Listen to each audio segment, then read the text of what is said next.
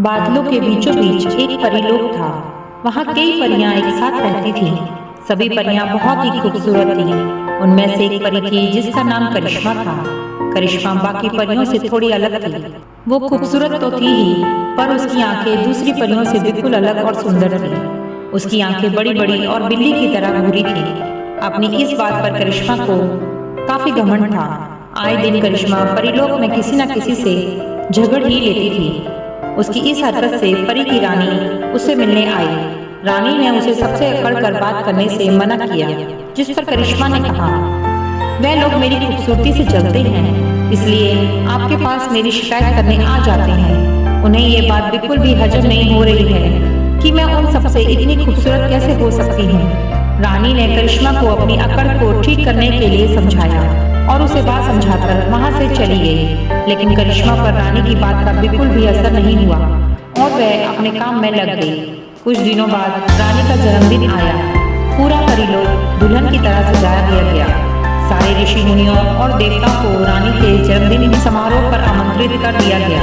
सभी ऋषि मुनि भोजन ग्रहण करने के लिए बैठ गए। भोजन करते करते एक ऋषि को प्यास लगी और उसने करिश्मा की तरफ इशारा किया और पानी लाने का आग्रह किया।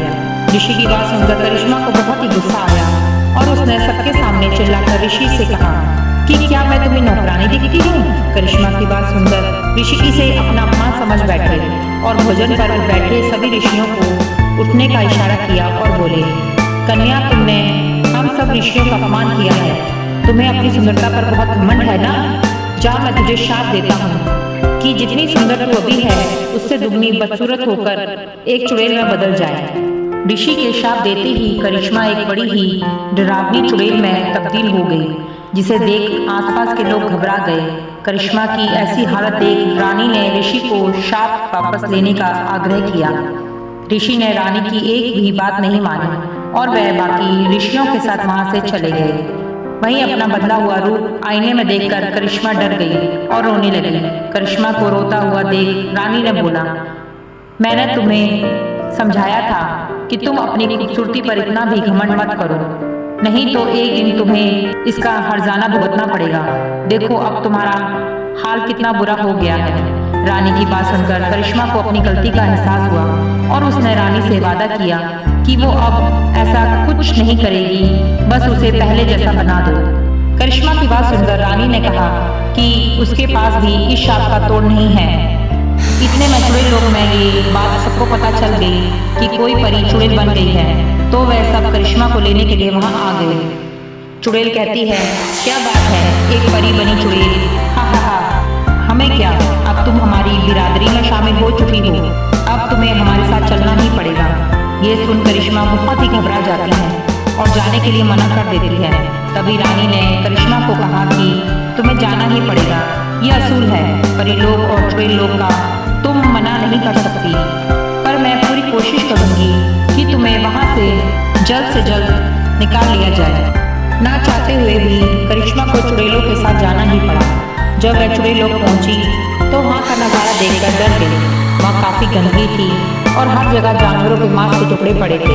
ये देखकर वह रोने लगती है, जिस पर चुड़ैल उसे चुप रहने के लिए बोलती है और ये भी कहा कि अब वो कभी भी परीलोक नहीं पहुंच पाएगी। ये सुन करिश्मा डर गई और पूरी रात बस रोती ही रही। अगली सुबह होते ही सारी चुड़ैलें अपने अपने शिकार को तलाशने निकल गईं और उन्होंने करिश्मा को भी आने के लिए बोला, लेकिन करिश्मा ने उनके साथ जाने से साफ मना कर दिया। ये सुनकर चुड़ैल को बहुत ही गुस्सा आया और उसने करिश्मा को उसकी जिंदगी खराब करने की धमकी दी। ये सुन करिश्मा को उनके साथ जाना ही पड़ा। सारी चुड़ैलें जंगल में शिकार की तलाश में निकल गईं। तभी उन्हें एक छोटा बच्चा दिखाई दिया, जिसे देख सभी चुड़ैलों ने उसे खाने की कही।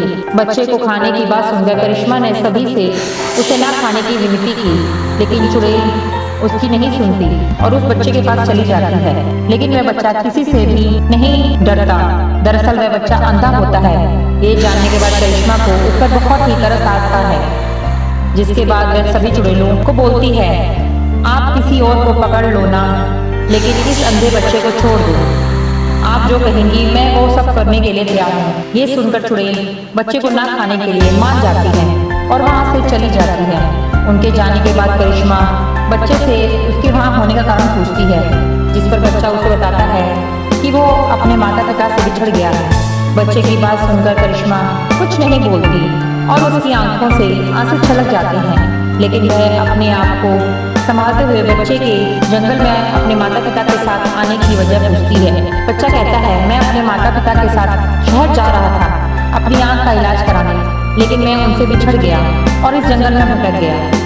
ये सुनकर करिश्मा को बच्चे पर बड़ा तरस आता है और वह अपनी आंखें बच्चे को दान करने की सोचती है और तभी अपनी दोनों आंखें निकालकर बच्चे की आंखों पर लगा देती है और वो बच्चा देखने लगता है और वह बहुत खुश हो जाता है। तभी वहाँ रानी आ जाती है और वो बच्चा एक साधु में बदल जाता है, जिसके बाद रानी बोलती है, तुम्हारी परीक्षा पूरी हुई करिश्मा, तुमने वो काम किया है जो आज तक कोई करने की हिम्मत नहीं दिखा सका। ये सुनकर करिश्मा ने रानी से कौन सी परीक्षा लेने की बात पूछी, इस पर रानी ने कहा, मैं तुम्हारे शाख का तोड़ निकालने ऋषि के सबसे बड़े गुरु के पास गई। उन्होंने खुद आकर तुम्हारी परीक्षा लेने का फैसला लिया और कहा कि आंखें किसी भी व्यक्ति के लिए बहुमूल्य खजाना होता है। अगर तुम वो देने के लिए तैयार हो गई तो तुम दोबारा परी बन जाओगी और देखो तुमने परीक्षा पास कर ली। ये सब सुनकर करिश्मा बहुत ही खुश हुई।